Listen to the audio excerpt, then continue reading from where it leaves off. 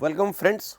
In our IP portfolio management, we are discussing different types of issues, and when we are keeping that what is there in my portfolio, this type of account we are keeping, it is a very interesting topic which is IP accounting.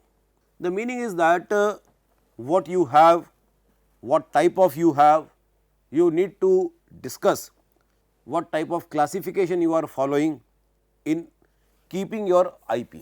Only when you have appropriate accounting of your IP, you will be able to manage them effectively.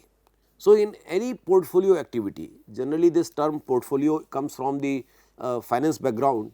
You have a portfolio of your investment, that what investment have you done? You have done investment in gold, you have done investment in dollars, you have done investment in property, you have done investment in securities, you have done investment in fixed deposits. So, all these are the different types of investments you have done. And then once you know that how my investments are spread over various instruments, then only you will be start managing when to liquidate a particular investment, where to strengthen a particular investment, and all these things happen by seeing the external environment as well as your objectives also. I am a service class person and I am doing some kind of investment at this moment, because I have some expectations that after my retirement my financial objective is this much, and to fulfill that financial objective I am doing investment. Now, I am doing investment not in one type of IP, rather I am doing investment in different types of IP, so that my risk is also reduced. To reduce my risk, I do investment in property, I do investment in dollars, I do investment in bitcoins, I do investment in gold, I do investment in securities, etc., etc. And I regularly account my all these investments. Same is the process of IP accounting, which we are going to discuss in this particular session. Some of the content is what we have already discussed in various other sessions also, and some new things which are very specific to accounting we are going to discuss in this particular session. So, the content which we are going to cover in this particular session are the list of assets, as I was explaining about my financial portfolio. Similarly, in the IP portfolio, the list of assets, accounting practices for patents particularly. We will also talk, because when we are talking of portfolio, portfolio is generally of your assets, but generally when we talk of IP, we say that it is our right, intellectual property right. So, we will focus a bit on whether intellectual property is a right, an asset, or both. Then what is the relationship between IP, IPR and intangible assets? You remember in one of the classes of innovation management system, we discussed what is innovation management and innovation management system. Similarly, here we are going to talk of IP, IPR and intangible assets. Then we will talk about some contrasting assumptions of IPR and intangible assets, difference between accounting for intangible assets and legal requirements of intellectual property rights. So, all this we are going to cover in this particular session. So, when we start, like IP, we all know are like patents and copyrights, industrial knowledge, trade secrets, design, trademark, etc. All these are considered as capital assets and may be recorded on a company's balance sheet. This we have already discussed in various other sessions also, but again in very black and white we are bringing it today, that these are capital assets, and capital assets are generally given place in your company's balance sheet. For example, of some other capital assets to understand is like plant, machines. These are some common examples of capital assets. So, these IP, particularly patent, copyrights, etc., these are also given the equal status, and you can therefore record them in your company's balance sheet. You can give a value to your these IP assets, and that value can be the part of your balance sheet. In one of the session where we discussed IP valuation, you already know that how to value your different types of IP assets. IP is we all know intangible form of property, and as such the accounting practices for IP and other tangible properties are quite different, because something which you can see, you can easily identify what is the value of this pen. You may have a guess that what can be the value. If I want to write the value of this pen, that I have 50 pens with me. So, let us say every pen has 10 rupees value. So, 10 into 50, I have pens worth 500 rupees. I can easily write this in my balance sheet. But I have a shirt having this logo, and now what should be the value of this logo should I write in my balance sheet? That is a very important question, where answer in black and white may not be possible. So, therefore, the practices, accounting practices which are used for intangible assets and tangible assets are quite different. Patents, copyright are generally associated with cost and are capitalized as assets on the balance sheet of the company and are amortized over the remaining useful life of the asset. Particularly, this term amortization has become very popular in current environment, because if you see these days this term EBITDA has become very popular in terms of innovation ecosystem when we are talking of funding to startups. So, we ask what is EBITDA, and in this EBITDA, this last A is basically amortization. That whatever cost of creating that IP you are actually incurring, that is the easiest way to account that in your balance sheet. Now, when we follow this concept of EBITDA, we are not going to put that cost in just one single year. We are going to distribute that cost over the entire useful life of that particular IP. For example, if let us take an example of patent. So, if in developing a patent I incur a cost of, let us say, 2 lakh rupees, and in the third year I got the grant of this patent. So, 2 lakh I spent in 3 years, but the remaining useful life of this patent is just 17 years. Now, in this case, for these 17 years I will distribute these 2 lakh rupees, that is the principle of amortization. So, based on the cost itself, you can write them in the balance sheet. So, that is the easiest way, but otherwise we all know that value of your IP can be found through market approach also, the hybrid approach also. Now, let us come to the more accounting related discussions. The national accounting practices, these generally demand a very fair representation of companies' financial status, because all the investors, they want to invest in your company, in your organization, considering the balance sheet of your company, and therefore, your balance sheet should be a true and fair representation of your financial health.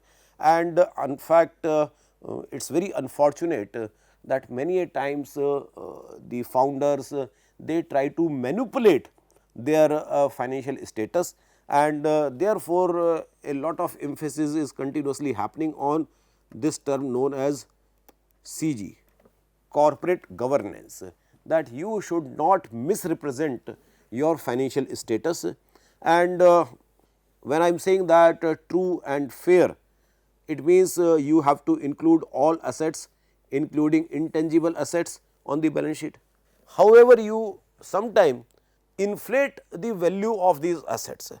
So, the assets value may be just 10 rupees, but maybe because of your inflation, because of your you can say unfair representation of the assets, this 10 rupee you may represent as 100 rupees. So, you have actually the value of the asset is 10 rupee, but you are showing in your balance sheet as 100 rupees. So, the investor get confused and investor will actually feel that you are having assets worth 100 rupees, but actually you have assets worth just 10 rupees. So, that type of you can say corporate frauds happens unfortunately. So, there are various regulatory agencies which work day in day out for actually making the entire financial statement systems very transparent, robust, where such type of malpractices can be minimized. Now, startups particularly, they are not having, and in fact not only startups, but technology driven firms also, they do not have much capital investments. You can run your technology company from a small house, a small hostel room itself, where you need only one good let us say laptop, and maybe some space is available in the AWS. That will be sufficient to start your technology driven firm in the present environment. Similarly, startups who are working in incubators, they also do not have much of the capital investments. These days, the business models which are developing, all these business models are asset light business models. So, when we are talking of asset light business models, you will not have many things to show as tangible assets in your balance sheet. So, in these asset light organizations, your IP portfolio can be a very important source of assets. When you have plant, machineries, raw material and various other kind of tangible assets, maybe IP portfolio's value is not so significant, but it becomes even more significant in the present environment when we have more technology driven organizations, more startups and they do not have the capital investments in terms of tangible assets. So, their intangible assets, that is their IP portfolio, is a major source of assets on their balance sheets.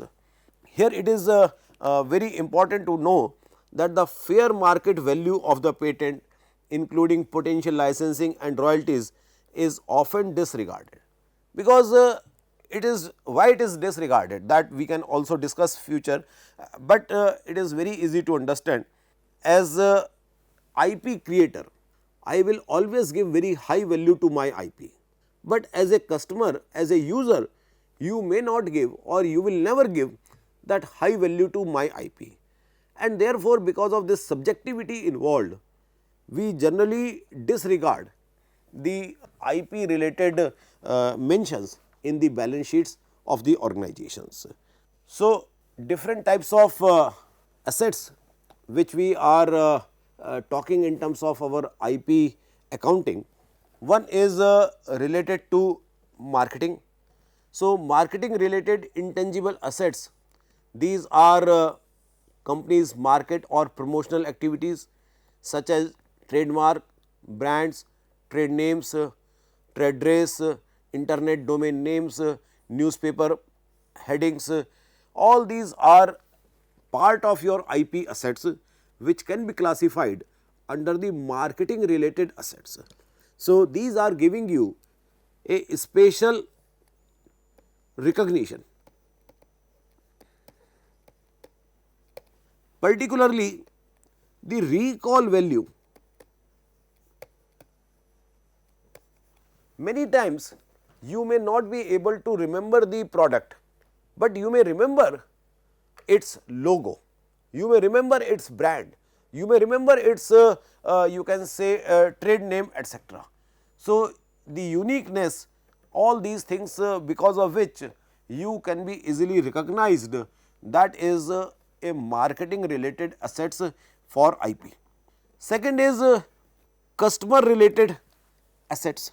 These customer related intangible assets include assets used in developing, acquiring, managing, retaining a company's customer base, such as customer list, customer contracts, associated relationships and non-contractual customer relationships. Let me give you one example, that what I mean to have this with customer list. In every higher educational institute, we have a huge database of our alumni. Now, that database of alumni itself is a very important kind of resource available with us, because it gives us their personal email IDs, their personal mobile numbers, their positions in the organizations, where they are president, where they are CMDs, where they are CEO, etc. That is one type of list. Another type of list which many coaching institutes want to access legally or through some other means from us, the list of students who appears in JEE examinations, who appear in GATE examinations. That is another type of interesting list. Another type of list is a list of mobile numbers, email IDs of HR heads of various recruiters who are coming to our campus. So, all these important lists are also the part of your, you can say, important knowledge base available with you, and organizations keeps these lists in a very secretive manner, because it may, you can say, create problem of the trust, it may create problem of unnecessary inviting to your organization. Then third is list of assets related to artistic activities. So, these are the intangible assets pertaining to creative products or services safeguarded by contractual or legal rights, such as copyrights, which can cover plays, operas, ballets, books, magazines, newspapers, musical compositions, pictures, etc., etc. We all know for how many different fields copyrights are available. So, all those things, records, creative products which you are having because of the legal arrangement between the producer and performer. So, that is another set of you can say list of assets. Contract based, like intangible assets represent the value derived from contractual arrangements, including know-hows.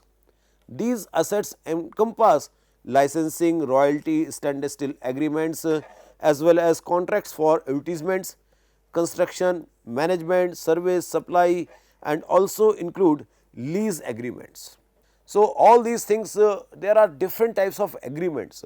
Sometime if you go to IIT Roorkee website, there is a long list of MOUs which IIT Roorkee has signed with various corporates, various universities in India as well as abroad. So, that is also a list. Now, we do not consider that list as a confidential list, but in some other organization it may be considered as a confidential list. It is a list of assets in some of the cases. Then another important list of assets can be the technology based list of assets, where intangible assets associated with technology encompass the value derived from innovation or advancements in the technology. These assets can be safeguarded by legal and contractual means and include patented technology, computer software, unpatented technology which may be like trade secrets, databases, etc.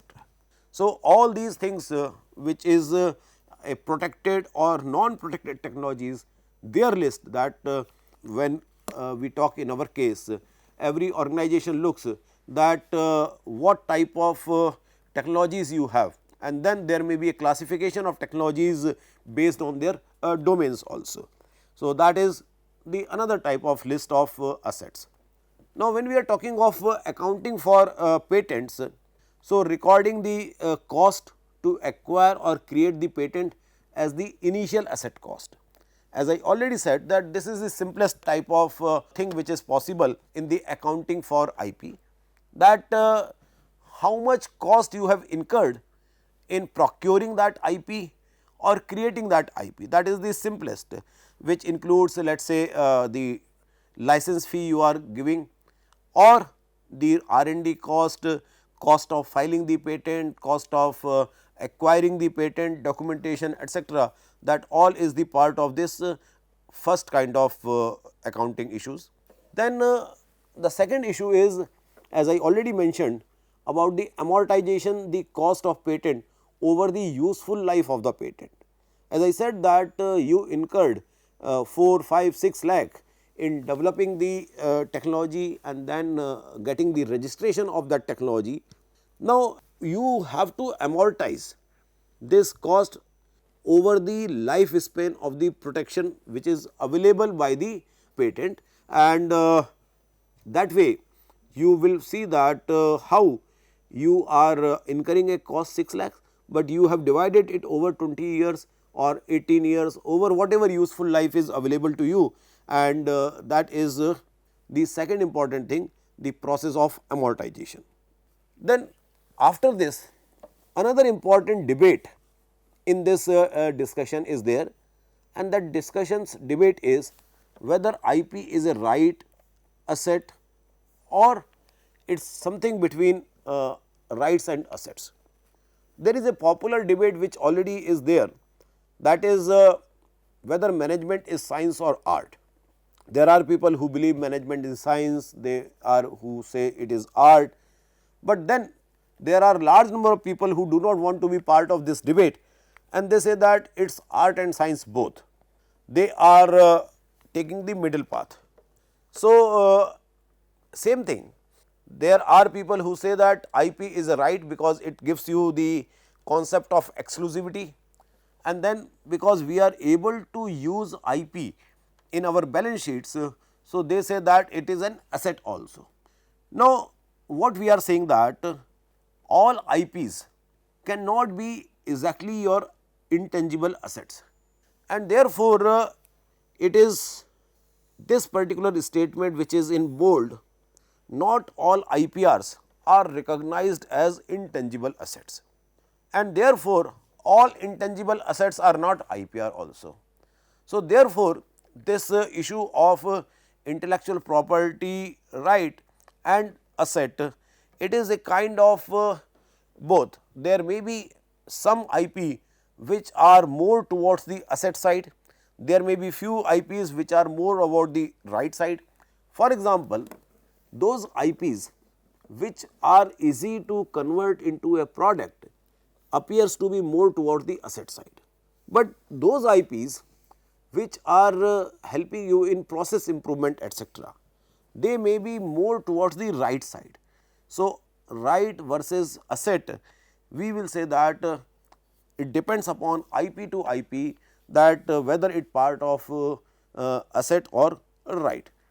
And you see in this diagram that how IP is initially intellectual property, when you protect it becomes IPR, and in that you have different types of IPRs which are possible. For example, patent etc. is one, and then you see the intangible assets. So, there are so many other type of intangible assets also, all these which I am hatching at the moment, but out of all these intangible assets, there are some intangible assets which are patents. There may be few intangible assets which may be trademarks. There may be few intangible assets which may be let us say trade secrets also. So, IP is a very important component in the intangible assets, but there may be other intangible assets also. For example, we have given one, that is goodwill. This goodwill is generally you will find in most of the balance sheets, but it is not part of our IP or IP related activity. It is the general perception of your company in the market, and on the basis of that you say how much goodwill you enjoy. So, that is generally a more or the bigger pie of intangible assets than the IP or IPR, like in this diagram it is very simply visible to all of us. Then this particular slide give you the idea that with respect to intangible issues, like what is their legal and accounting discourses. So, there is a difference between legal discourse and accounting discourse. When we are talking of intangibility, it is creativity, innovation, human endeavor, but when we talk in terms of accounting discourses, it has to be identifiable, it is non-monetary, it is clear, without having any physical substance, but you need to have a measured reliability. If you measure it of 100 rupees, I should also be able to measure it as 100 rupees. So, ability to reliably measure is a very important accounting discourse for intangibility. Similarly, with respect to rights and rules, there are issues related to legal discourses and issues related to accounting discourses. So, when we are going to use IPR in our balance sheets, we are talking of IP accounting, we need to understand that what are the accounting discourses, because legal discourses are handled by intellectual property offices, accounting discourses are handled by the company laws or different other audit agencies. So, for various aspects we have given these kind of differences. So, finally, we come to this conclusion that IP accounting is a very important thing, and in this IP accounting, creating different lists of assets is a very important thing. When we are talking of IP accounting, generally IP is part of intangible assets, but there are various other components also in that intangible assets. IP is just one of them. For example, we just gave the example of goodwill, that how goodwill is a bigger pie within the intangible assets, and then we also discussed that for intangibility, the legal discourse and accounting discourses are different. When we are using IP accounting, we need to understand the accounting discourse related to intangibility. So, with this we come to end of this particular session. Thank you very much.